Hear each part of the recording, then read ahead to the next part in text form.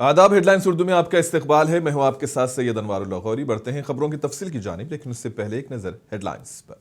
सुर्खियों को पेश करने में ताउन किया है डॉक्टर ऑर्थो ऑयल के साथ साथ डॉक्टर ऑर्थो कैप्सूल्स साथ लेना ना भूलें। दिल्ली में शदीद धुंध, हद निगाह सिफर 150 से जायद परवाजें हुई मनसूख, कई ट्रेनें चल रही हैं ताखीर से।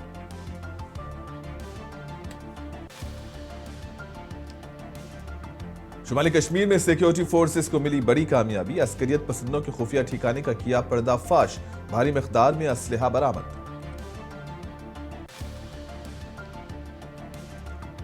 नए साल की तकरीबात के पेश नजर जम्मू कश्मीर में सख्त सिक्योरिटी इंतजामात, डॉग स्क्वाड के जरिए गाड़ियों और शहरियों की हो रही है जांच। हरियाणा में आवारा कुत्तों के मसले पर असातिज़ा का एहतजाज, बरहम टीचर्स ने नोडल ऑफिसर बनने के फैसले को तौहीनामेज़ करार दिया।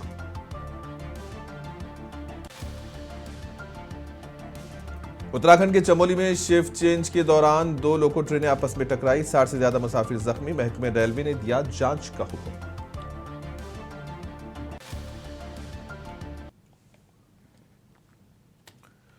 और अब खबरें तफसील से। कौमी दारुल हुकूमत दिल्ली में शदीद धुंध के बाइस हद निगाह सिफर तक पहुंच गई है, जिससे फिजाई आमदोरफ्त बुरी तरह से मुतासर हुई है। खराब मौसमी हालात के सबब 150 से जायद परवाजें मनसूख कर दी गई हैं, जबकि मुतअद्दिद को रीशेड्यूल किया गया है। इंदिरा गांधी इंटरनेशनल एयरपोर्ट हुकाम के मुताबिक कम विजिबिलिटी के बाइस परवाजों की लैंडिंग और टेक ऑफ में दुश्वारी पेश आई है। मुसाफिरों को हिदायत दी गई है कि वो एयरपोर्ट पहुंचने से कबल अपनी फ्लाइट स्टेटस जरूर चेक करें। धुंध के सबब सड़कों पर भी ट्रैफिक की रफ्तार सुस्त रही, जबकि ट्रैफिक पुलिस ने ड्राइवर्स को एहतियात बरतने और फॉग लाइट्स के इस्तेमाल की हिदायत दी है।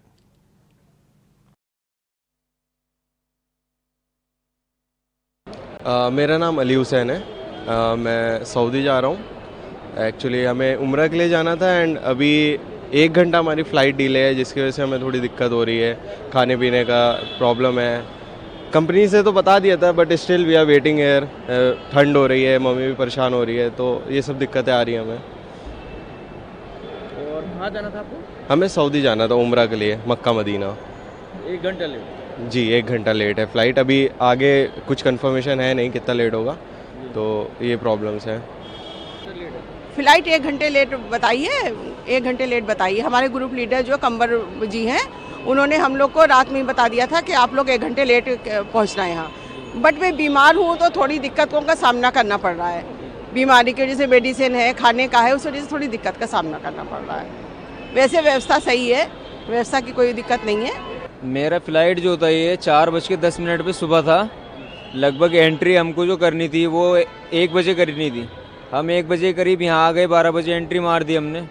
लेकिन यहाँ आके देखा तो फ़्लाइट डिले हो पड़ी। हमने अंदर जाके काउंटर पे बात करी, वो बोलते कि या तो वेट करो यहाँ पर या चले जाओ बाहर। हम बोलते कि रूम कोई अरेंजमेंट कराओ, हम 300-200 किलोमीटर से आ रखे हैं इधर।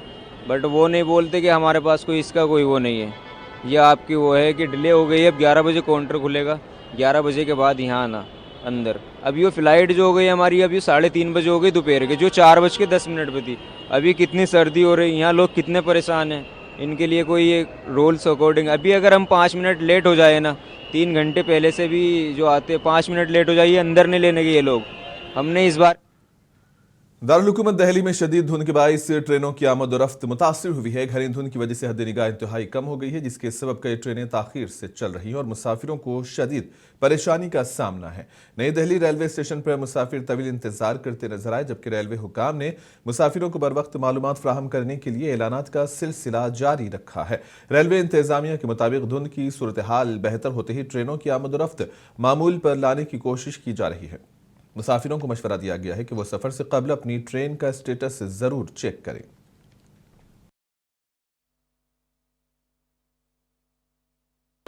मैं अपने फ्रेंड को छोड़ने आया था सुबह सुबह। जैसे कि आप देख सकते हैं यहाँ पे इतना ज़्यादा कोहरा हो रहा है, तो इतने में कैब से ट्रैवल करना भी थोड़ा रिस्की होता है और स्टेशन पे ट्रेनें भी लेट हो रही हैं इस समय पर, तो इसलिए मैं अपने दोस्त को छोड़ने आया था।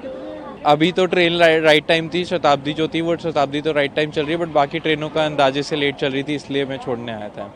हमारी ट्रेन थी 7:10 पे, अब उसको रीशेड्यूल कर दिया गया 10:50 पे। तो ये इतने कोहरे में जब रीशेड्यूल हुई, लेकिन हमें इन्फॉर्म नहीं किया गया, नहीं तो हम उस टाइम से लेट निकलते। हम तो 6 बजे आए लेकिन इन्फॉर्मेशन नहीं आई। जब हम यहाँ आए तब ये पता चला कि ट्रेन रिशेड्यूल हो गई है।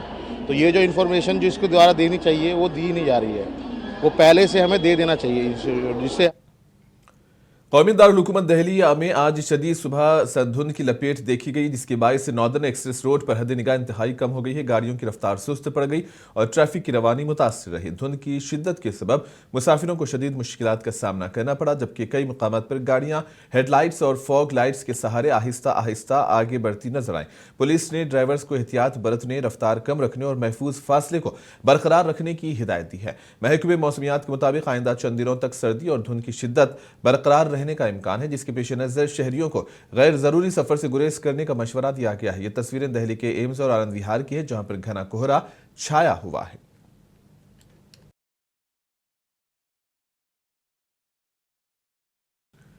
यौम जमहूरिया 2026 की शानदार परेड की तैयारियों के सिलसिले में कर्तव्य पाथ पर आज रिहर्सल मुनक्किद की गई है। शदीद सर्दी और घनी धुंध के बावजूद सिक्योरिटी फोर्सेज, मुख्तलिफ रियासतों के टेबलोज और मार्चिंग दस्तों ने भरपूर जोश व जज्बे के साथ रिहर्सल में हिस्सा लिया।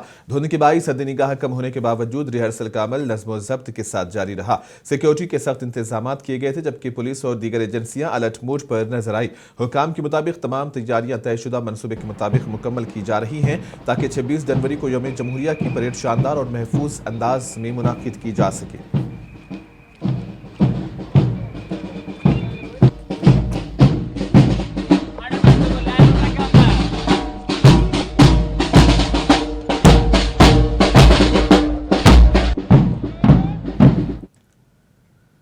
नए साल की तकरीबात के पेश नज़र दिल्ली पुलिस ने साउथ कैंपस इलाके में ड्रंक एंड ड्राइविंग के खिलाफ चेकिंग मजीद सख्त कर दी है और पुलिस की जानिब से मुख्तलिफ मुकामात पर खुसूसी नाकाबंदी की गई है, जहां गाड़ियों को रोक कर ड्राइवर्स का ब्रेथ एनालाइजर के जरिए मुआयना किया गया। पुलिस हुकाम के मुताबिक इस मुहिम का मकसद सड़क हादसात की रोकथाम और आवाम के जानो माल के तहफ़्फ़ुज़ को यकीनी बनाना है। नशे की हालत में गाड़ी चलाने वालों के खिलाफ सख्त कानूनी कार्रवाई की जा रही है, जबकि कई ड्राइवर्स के चालान भी काटे गए हैं। दिल्ली पुलिस ने शहरियों से अपील की है कि वो नए साल की खुशियों के दौरान ट्रैफिक क़वानीन की पाबंदी करें, नशे की हालत में गाड़ी ना चलाएं और महफूज सफर को यकीनी बनाएं।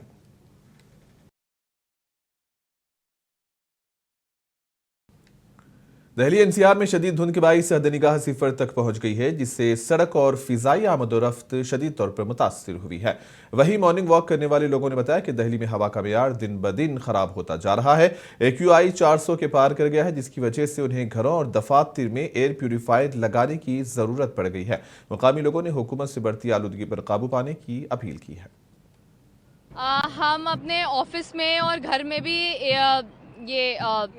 एयर प्यूरिफायर लगा रहे हैं ताकि हम सेफ रहें, बट या पोल्यूशन की हालत बहुत ख़राब है and today it's really fog out there, but we are very confuse कि ये फॉग है या ये पोल्यूशन है। This is constant with us कि ये फॉग है या पोल्यूशन है।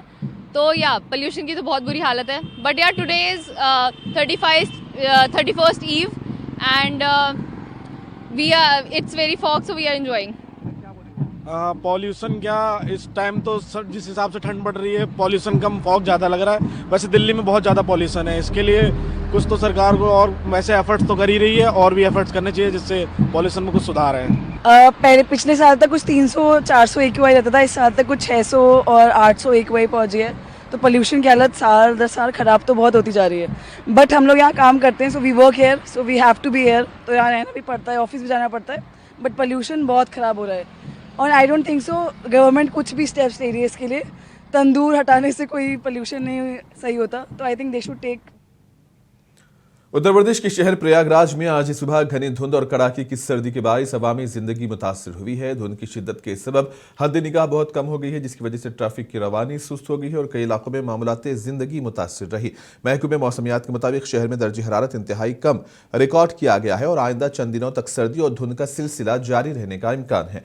ट्रैफिक पुलिस ने ड्राइवर्स को एहतियात बरतने और फॉग लाइट्स के इस्तेमाल की हिदायत दी है।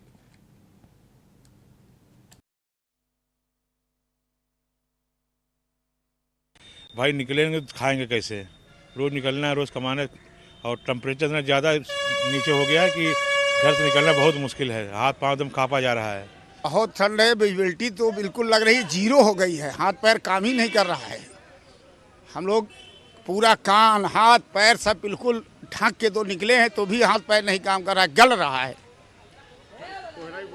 बहुत ज़्यादा कोहरा है, गाड़ियों को तो एकदम चलाने में दिक्कत हो रही कि कहीं कोई दुर्घटना ना हो। शुमाली कश्मीर के जंगलाती इलाके में सिक्योरिटी फोर्सेस ने खुफिया ठिकाने का पर्दाफाश कर दिया है। हुक्काम ने बताया कि सिक्योरिटी फोर्सेस ने शुमाली कश्मीर के बारामूला जिले के खरपुरा गांव के जंगलाती इलाके में मुहासरे और तलाशी की कार्रवाई के दौरान अस्करियत पसंदों के एक मुश्तबा ठिकाने का पर्दाफाश किया है। यह operation central reserve police force 176 battalion, हिंदुस्तानी फौज की 2 राष्ट्रीय राइफल्स कंजर और पटन के स्पेशल ऑपरेशन ग्रुप यूनिट्स और जम्मू कश्मीर पुलिस ने SDPO टिनमर्ग की निगरानी में मुश्तरका तौर पर किया। तलाशी के दौरान मुश्तरका टीम ने जंगल के इलाके में खुफिया ठिकाने का पता लगाया, जहां से असलहा, गोला बारूद और धमाका खेज मवाद बरामद हुआ। हुक्काम ने बताया कि जब्त शुदा अशिया में मोटरसाइकिल की बैटरी से लेस एक प्रेशर कुकर, जिसका शुबा है कि देसी साख्ता धमाका खेज डिवाइस का हिस्सा है, और AK-47 गोला बारूद के 53 राउंड शामिल है।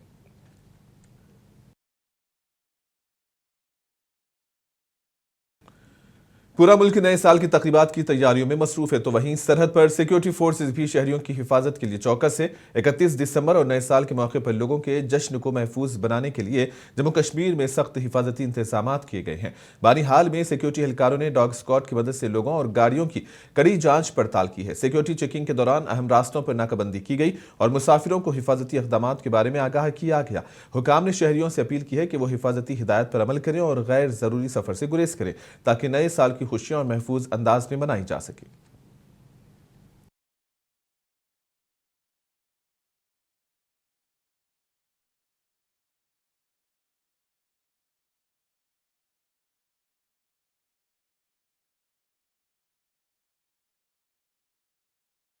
हरियाणा के सरकारी स्कूल्स में आवारा कुत्तों के मसले से निपटने के लिए असातिज़ा को नोडल अफसर मुकर्रर करने के हुकूमती हुक्म के खिलाफ एहतजाज शुरू हो गया है।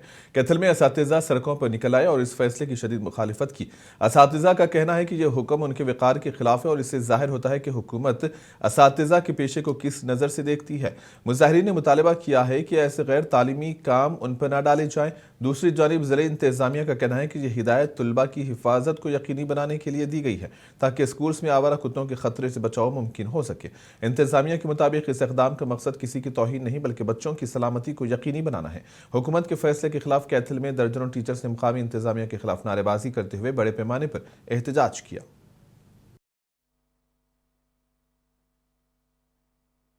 DMC साहब और DC मैडम की अध्यक्षता में एक मीटिंग हुई थी। उस वक्त दिशा की मीटिंग थी, उसमें माननीय सांसद श्री जिंदल साहब भी आए थे। तो मेन तो आवारा कुत्तों के बारे में थी। उसमें सभी जितने भी विभागों के कर्मचारी हैं उनको नोडल नियुक्त करने का था, उनका नाम मांगा था। तो कर्मचारी का मतलब क्या है कि हमारे स्कूलों में सीनियर सेकेंडरी हाई स्कूल है, तो उन्हें सिर्फ नोडल अधिकारी नियुक्त करने को कहा था कि स्कूल परिसर में कि कोई भी डॉग है या क्योंकि डॉग काटने से आजकल बड़ी घटनाएं हो रही हैं, तो इसके लिए नोडल का सिर्फ नाम मांगा था। ये नहीं था कि अभी हमने कोई गांव-गांव में सर्वे करना है या उनको पकड़ना है। ये हमारे टीचर की ऐसे बारे में किसी बारे में कोई स्टेटमेंट नहीं थी। ये तो सारा काम प्रशासन का है या DMC साहब ने एक उन्होंने कहा था मीटिंग में कि एजेंसी हायर करेंगे और उसमें जितने भी आवारा कुत्ते हैं उनको स्टेबलाइज करेंगे, उनके लिए एक जगह भी फिक्स कर दी थी। तो इसमें हमारा या कोई सर्वे करना या उनको जानवरों को पकड़ना ऐसा कोई मकसद नहीं था, ना ही इसमें। और इंडिया मुस्लिम जमात के कौमी सदर मौलाना शहाबुद्दीन रिजवी बरेलवी ने बांग्लादेश में हिंदू बरादरी के खिलाफ होने वाले कत्लेआम पर शदीद तशवीश का इजहार किया। मौलाना रिजवी ने कहा कि इंसानी जानों का ज़ाय होना नाकाबिल कबूल है और बैनुल-अक़वामी बरादरी को इस संगीन सूरत हाल पर फौरी तवज्जो देनी चाहिए। इन्होंने हुकूमत बांग्लादेश से मुतालबा किया है कि मुतासरा कम्यूनिटी को तहफ़्फ़ुज़ फराहम करें और जिम्मेदार अनासिर के खिलाफ सख्त कार्रवाई की जाए। बांग्लादेश में अल्पसंख्यक हिंदुओं के साथ में जुल्म और ज़्यादती हो रही है। बराबर वहाँ से इस तरह की घटनाएं आ रही हैं कि मॉब लिंचिंग हो रही है, हत्याएं हो रही हैं।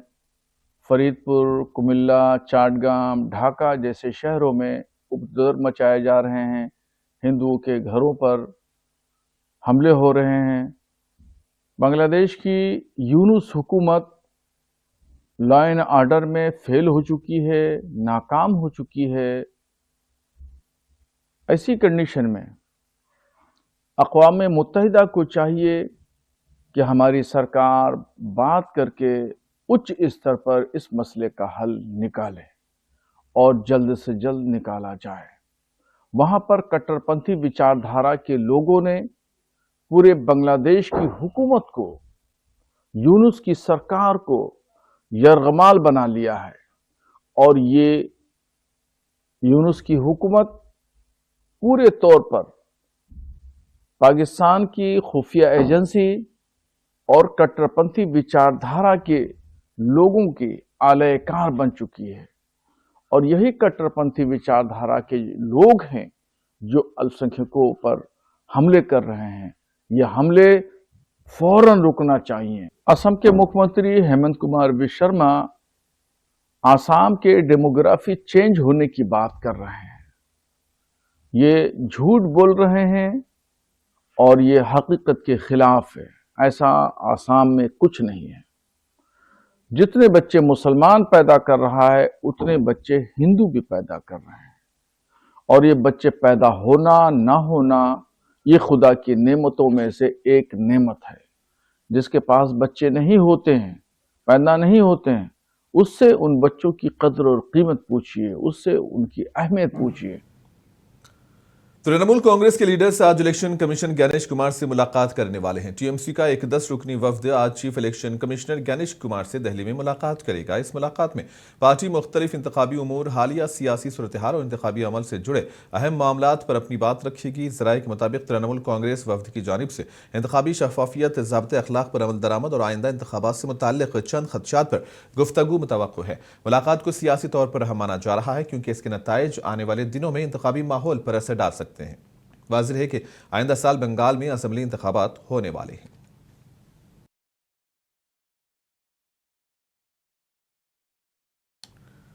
उत्तर प्रदेश में योगी काबीना में तोसी होने वाली है। निस्फ दर्जन वजीरों की तकर्रुरी का मंसूबा बनाया गया है। कल यानी कि मंगल को बीजेपी कोर कमेटी की मीटिंग हुई है। वजीर आला योगी आदित्यनाथ की क़यामगाह पर यह मीटिंग हुई है। मीटिंग के दौरान तंजीम को मजबूत बनाने और काबीना में तोसी पर बातचीत हुई है। मीटिंग के बाद बीजेपी के रियासती सदर पंकज चौधरी दिल्ली के लिए रवाना हुए। आला क़ियादत से मुशावरत के बाद काबीना में तोसी का ऐलान किया जाएगा। बीजेपी 2027 के उत्तर प्रदेश असेंबली इंतखाबात की तैयारियां शुरू कर दी हैं। जैसे जैसे इंतखाबात करीब आ रहे हैं, बीजेपी की सियासी सरगर्मियां तेज होती जा रही हैं। उत्तर प्रदेश में बीजेपी की जीत की हैट्रिक को यकीनी बनाने के लिए तंजीम को मजीद मजबूत करने के मंसूबे बनाए जा रहे हैं।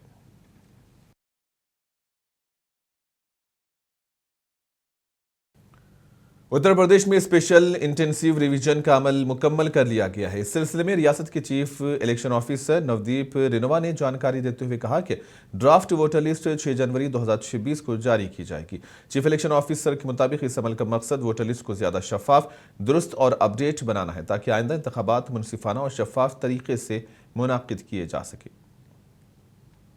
जो विशेष गहन पुनरीक्षण चल रहा है मतदाता सूचियों का, उसमें हमारा गणना चरण 26 दिसंबर को समाप्त हो गया है और जो ड्राफ्ट मतदाता सूची प्रकाशित होनी थी 31 दिसंबर को, अब उस रिवाइज शेड्यूल आया है जिसके अनुसार अब ये ड्राफ्ट मतदाता सूची 6 जनवरी 2026 को प्रकाशित होगी और इसके बाद 1 महीने का समय दावे और आपत्तियों के लिए लोगों को मिलेगा, जिसमें अपना नाम जुड़वाने के लिए फॉर्म 6 भरा जा सकता है, किसी का नाम कटवाना है तो उसमें फॉर्म 7 भरा जा सकता है और शिफ्टिंग करनी है या कोई संशोधन करना है डिटेल्स में जो वोटर लिस्ट में आई हैं ड्राफ्ट में, उसके लिए फॉर्म 8 भरा जा सकता है। उसके बाद हम इनका निस्तारण करेंगे 27 फरवरी तक और जो अंतिम मतदाता सूची फाइनल इलेक्टोरल रोल SIR के रिजल्ट के रूप में जो पब्लिश होगी उत्तर प्रदेश में, वो 6 मार्च 2026 को होगी। और इस जो ड्राफ्ट है इसमें लगभग हमारे 2,89,00,000 के आसपास नाम कट रहे हैं। हमारा जब 27 अक्टूबर 2025 को जब हमने ये कार्य शुरू किया था SIR का उत्तर प्रदेश में, उस समय 15,44,00,000 से अधिक नाम मतदाता सूची में थे और अब जो ड्राफ्ट प्रकाशित होगा उसमें ये 12,55,55,000 के आसपास नाम रह जाएंगे। और ये ऐसे लोगों के नाम हैं जो या तो जिनकी मृत्यु हो गई या जिन्होंने परमानेंटली जिस जगह वो रहते थे, जिस बूथ के एरिया में, वहां से शिफ्ट कर गए। उत्तर प्रदेश के सोनभद्रा में कोडीन मिला खांसी के शरबत की स्मगलिंग के बड़े मामले में पुलिस ने 4 मफरूर मुलजिमान पर इनाम का ऐलान कर दिया है। पुलिस के मुताबिक हर मुलजिम की गिरफ्तारी पर 25,000 रुपये का इनाम रखा गया। मफरूर मुलजिमान में शुभम जायसवाल, विशाल उपाध्याय, निशांत गुप्ता और विजय गुप्ता शामिल हैं। ये तमाम मुलजिमान इस वक्त फरार बताए जा रहे हैं। ये मामला 19 अक्टूबर 2025 को उस वक्त सामने आया था जब सोनभद्रा पुलिस ने रॉबर्ट्सगंज के करीब एक गाड़ी चेकिंग के दौरान ममनुआ कोडीन खांसी की शरबत की बड़ी खेप जब्त की थी, जिसकी मालियत लाखों रुपये बताई गई थी। इसके बाद गाजियाबाद और रांची में भी गैर कानूनी खांसी के शरबत की बड़ी मिकदार बरामद की गई। सोनभद्रा के एसपी अभिषेक वर्मा ने बताया कि इस मामले में 2 मुलजिमान के खिलाफ पहले ही कार्रवाई की जा चुकी है, जबकि दीगर मफरूर मुलजिमान की गिरफ्तारी के लिए इनाम का ऐलान किया गया है।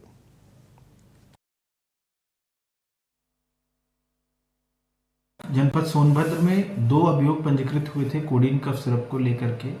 इसमें जो वांछित अभियुक्त हैं उनके ऊपर जनपद सोनभद्र पुलिस द्वारा इनाम की राशि घोषित की गई है। इसमें अभियुक्त शुभम जायसवाल, विशाल उपाध्याय जो कि वान्या एंटरप्राइजेस के मालिक हैं, निशांत उर्फ रवि गुप्ता और विजय गुप्ता, इन सभी अभियुक्तों के ऊपर 25,000 हज़ार का इनाम घोषित किया गया है। यदि किसी व्यक्ति को इनकी सूचना मिलती तो तत्काल पुलिस को सूचित करें। साथ ही साथ ये भी अवगत कराना है कि इनमें से कुछ अभियुक्त का विदेश में होने के प्रमाण प्राप्त हुए हैं, जिसके लिए डिपोर्टेशन की प्रक्रिया भी शुरू की जा रही है। नए साल और माघ मेले के मौके पर मुसाफिरों की बढ़ती भीड़ को मद्देनजर रखते हुए वाराणसी रेलवे की जानिब से वसी पैमाने पर तैयारियां की जा रही हैं। स्टेशन पर सफाई, सिक्योरिटी और मुसाफिरों की सहूलत को बेहतर बनाने के लिए खुसूसी इंतजाम किए गए। रेलवे हुकाम के मुताबिक इजाफी ट्रेनों के इंतजाम, प्लेटफॉर्म पर बेहतर निज़ाम नज़्म ज़ब्त और मुसाफिरों की रहनुमाई के लिए इजाफी अमला तैनात किया गया। CCTV निगरानी के साथ साथ सिक्योरिटी एहलकारों की तादाद भी बढ़ा दी गई है ताकि किसी भी नाखुशगवार वाक़ये से बचा जा सके। जी, जो अपकमिंग न्यू ईयर है तो और जो माघ मेला है तो उसका जो पहला स्नान है वह 3 जनवरी को होगा। तो उसको देखते हुए सबसे पहले हमारे यहाँ पर एक होल्डिंग एरिया बनाया जा रहा है। उस होल्डिंग एरिया के अंदर हमारी टिकटिंग फैसिलिटी रहेगी, अनाउंसमेंट की फैसिलिटी रहेगी। हमारा जो RPF का, GRP का जो हमारा कमर्शियल का स्टाफ है वो रेल यात्रियों की मदद के लिए उपलब्ध रहेगा। इसके अलावा क्योंकि बड़ी भीड़ काफ़ी जो है बढ़ेगी तो हमने अतिरिक्त जो फोर्सेज हैं GRP, RPF उसका डिप्लॉयमेंट रहेगा। हमारी जो मेडिकल टीम है उसको हमने निर्देशित किया है कि वह राउंड द क्लॉक जो है अवेलेबल रहे। अगर यात्रियों को कोई मेडिकल सुविधा वगैरह चाहिए उसके लिए हम जो है हाइजीन पर्पज से अपने जो केटरिंग के स्टॉल्स हैं उनको भी हम निर्देशित कर रहे हैं कि जो भी।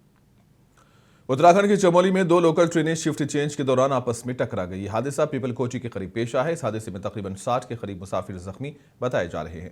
हादसे के बाद इलाके में सनसनी फैल गई और फौरी तौर पर रेस्क्यू कार्रवाइयां शुरू कर दी गई।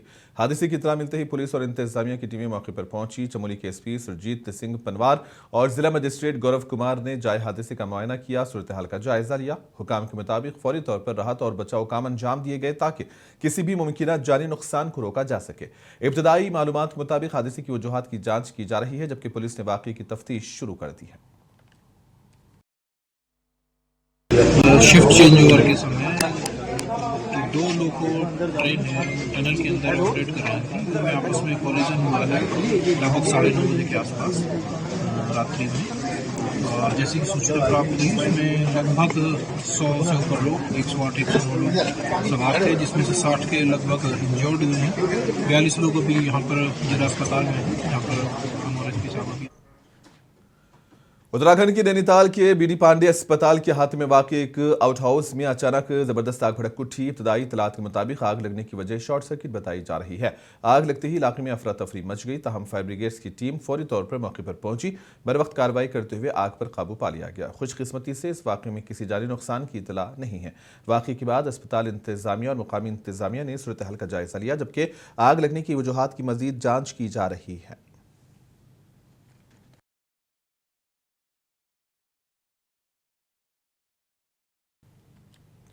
तेलंगाना जागृति सदर के कविता ने तेलंगाना हुकूमत से 42% BC रिजर्वेशन देने का मुतालबा किया। उन्होंने हैदराबाद में मीडिया से बात करते हुए कहा कि रेवंत रेड्डी हुकूमत ने BCs को 42% रिजर्वेशन दिए बगैर ही ग्राम पंचायत इंतखाबात करवा दिए और अब म्युनिसिपल इंतखाबात भी करवाने का मंसूबा बनाया जा रहा है। कविता ने म्युनिसिपल इंतखाबात से कबल BCs को वादे के मुताबिक 42% रिजर्वेशन देने की तेलंगाना हुकूमत से मांग की है।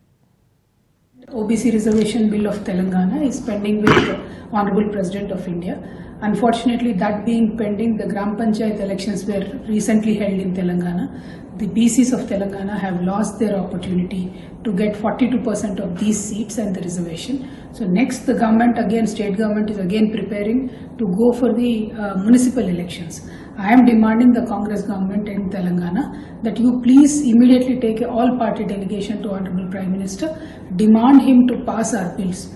Two, you have another way where you can approach the Supreme Court against the President of India. As a state government, you should file a case because it has been more than a year that the bills are pending with the Honorable President of India.